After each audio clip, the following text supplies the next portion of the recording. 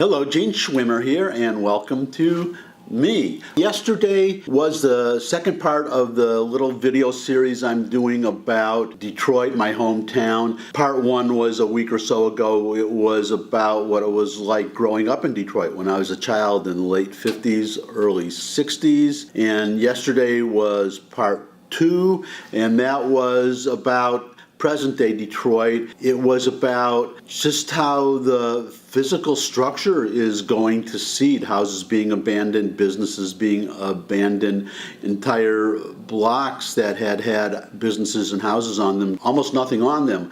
So I was hoping to do this day after day after day, each part, and it turns out that it takes so long to edit these things that I'm probably going to have to do one part per week, because I could record them on a Friday and then I would have the whole weekend to edit them. So today we're on to a different subject, and those of you who are eager to hear more about Detroit, well, you're going to have to wait a little bit. I hope it'll be worth it.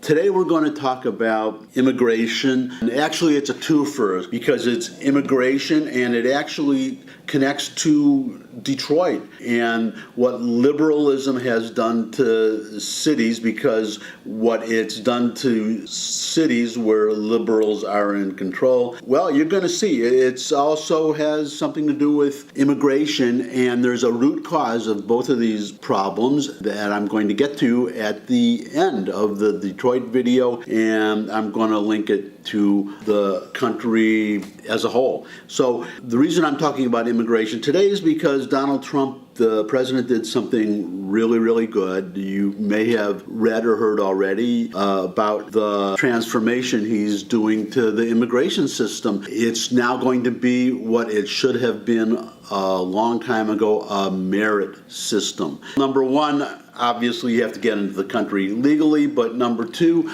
it's now on merit. And people have to understand, liberals have to understand, there is no right to immigrate. If you're a citizen of another country, you don't have an automatic right to immigrate to this country. It's more like if you're applying for a job. There was a time in the early history of this country when the country was wide open and we needed a lot of manual labor and people could just come in. There was no real immigration system and the country needed as many people as it could get.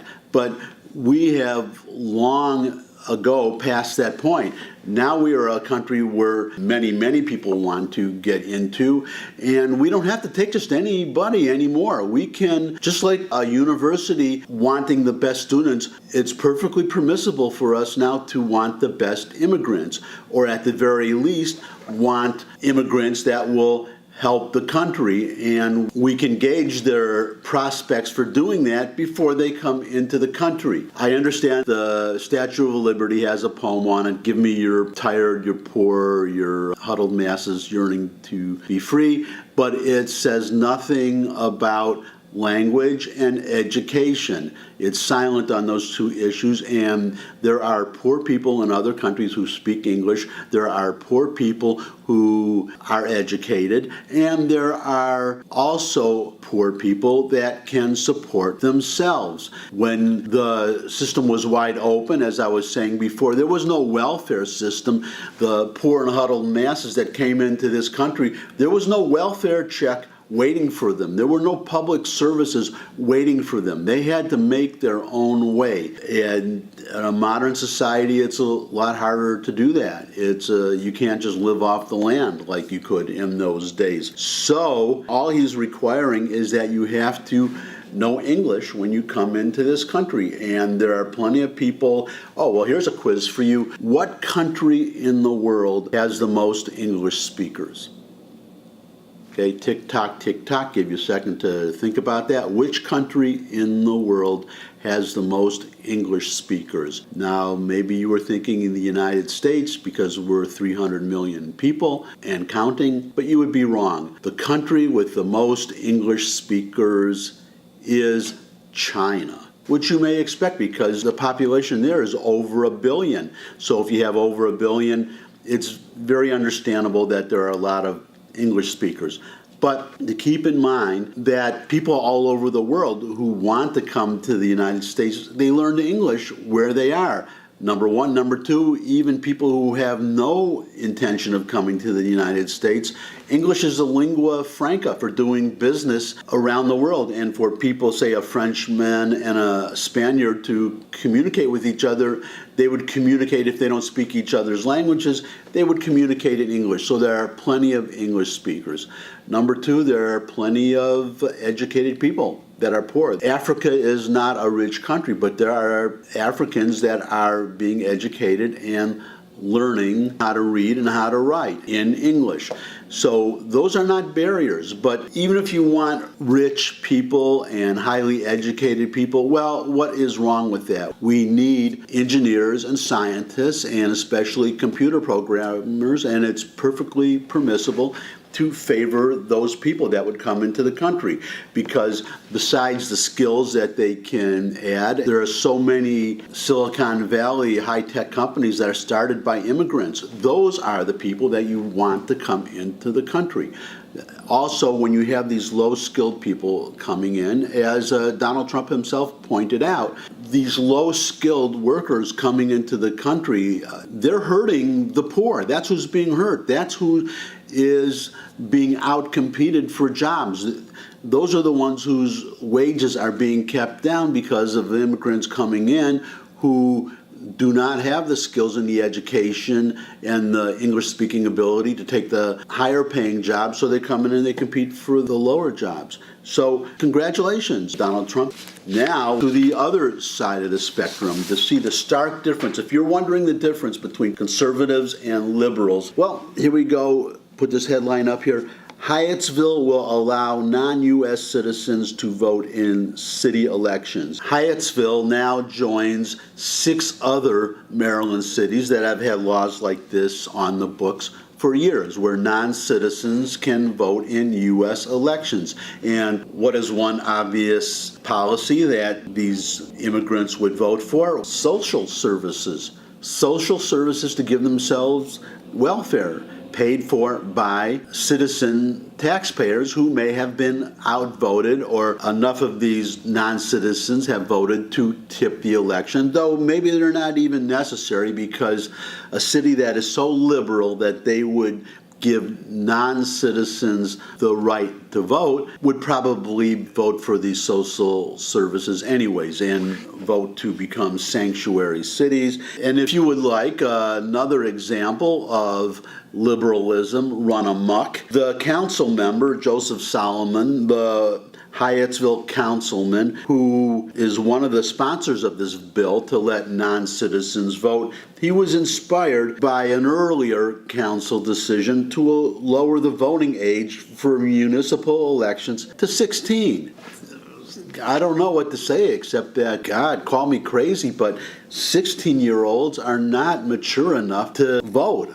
Isn't that obvious? Why would they do that? I'm just at a loss. I will not be moving to Hyattsville anytime soon. I advise you not to move there either. Finally, I'm going to now branch out a little bit to how this illegal immigrant policy of liberals is doing increasing damage beyond what I've already said. And to give you an idea of the mindset of these people, right here in New York where I live, well, put up the headline, Desnudas have gone wild in Times Square. Now, if you want to know what a desnuda is, that's Spanish for a person running around naked, half naked, and, well, all the way naked too. But it's mostly half naked, topless women in Times Square parading around topless and hitting up tourists and passersby for tips. And they're very aggressive about it. And then there are other people just dressed up as Spider-Man or Elmo or these various cartoon characters, and they're doing the same thing. Costume characters in Times Square are giving the finger to attempts to rein them in, refusing to stay in designated areas, and continuing to curse in front of kiddies and threaten passersby for dough. This restricted area, what they meant designated area, the mayor created certain areas within which they're supposed to stay, certain zones, painted lines they're supposed to stay behind and not go out and harass passers-by that want to pass by. These people are not staying within those zones. Some of them are, but a lot of them are not. About half of them, at least, are not. Foul-mouthed desnudas, grabby hulks, and tourists terrorizing gangs of mini-mice are still brazenly holding the crossroads of the world hostage, even amid a heavy presence of NYPD cops who act oblivious to their disturbing antics. Crossroads of the world, in case you don't know, that means Times Square. They call it the crossroads of the world. And NYPD, obviously, is the New York Police Department, and these police are not doing anything for these people running around doing this, harassing people. Why not? Well, a law enforcement source shrugged that the officers' hands were tied since most of the costume panhandlers are illegal, and under the de Blasio administration, it's a no-no to go after them. And when they say illegal, they don't mean illegal panhandling. They mean illegal immigrants. 8 DAZs were established a year ago to keep the costume creatures literally in line after a series of ugly incidents, including a Spider-Man who wouldn't let go of a 13-year-old kid until the father paid $10, and a Batman who snatched a $50 bill from an Irish tourist's wallet. The law enforcement source added that past proposals to license the creatures went nowhere because most of the panhandlers are illegal immigrants and they wouldn't register anyway. Besides, the administration at City Hall isn't interested in going after illegals in this capacity, the source said. That's what it boils down to, and that's what it gets back to. Immigration. The city of New York, the police have orders not to arrest these people because they may be illegal immigrants. And they don't want to arrest illegal immigrants because federal immigration authorities, ICE, could arrest them. The city of New York today, under the very liberal Mayor de Blasio, Bill de Blasio, is more interested in protecting illegal immigrants than he is in protecting anybody who's walking through Times Square. He would rather have, we're not talking about legal immigrants, we're talking about illegal immigrants, unlawful aliens that are in this country in violation of American law. He would rather have these people wander through Times Square and harass people than have them picked up and deported, as they should be. This now relates to my Detroit videos and the wider subject that I'm going to be talking about as the last part of those videos. Because when I came to New York in 1977, Times Square was a cesspit. I mean, you had, and that's the irony, one of the businesses that Giuliani chased out of Times Square, got out of Times Square, was the topless bars, where you'd have these topless dancers dancing topless inside these closed bars. Now, under de Blasio, you have topless, harassers right out there on the street in broad daylight in Times Square. What a change. When I came to New York in 1977, nobody wanted to go to Times Square. I mean, it was not safe. It was dirty. You had closed businesses, and the topless bars I just mentioned.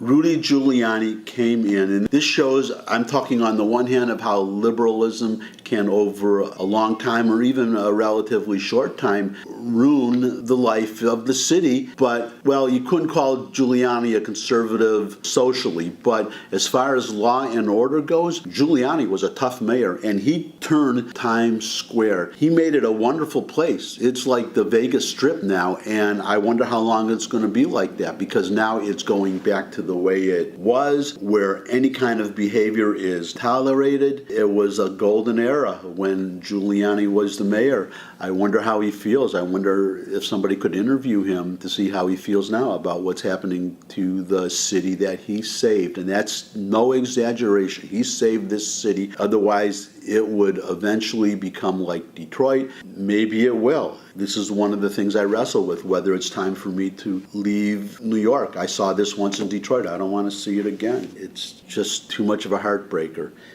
on that sad note, I'm going to end for today. I'll see you again soon. Bye. You got plan, darling? I always got plan. They don't ever work, but I always got one.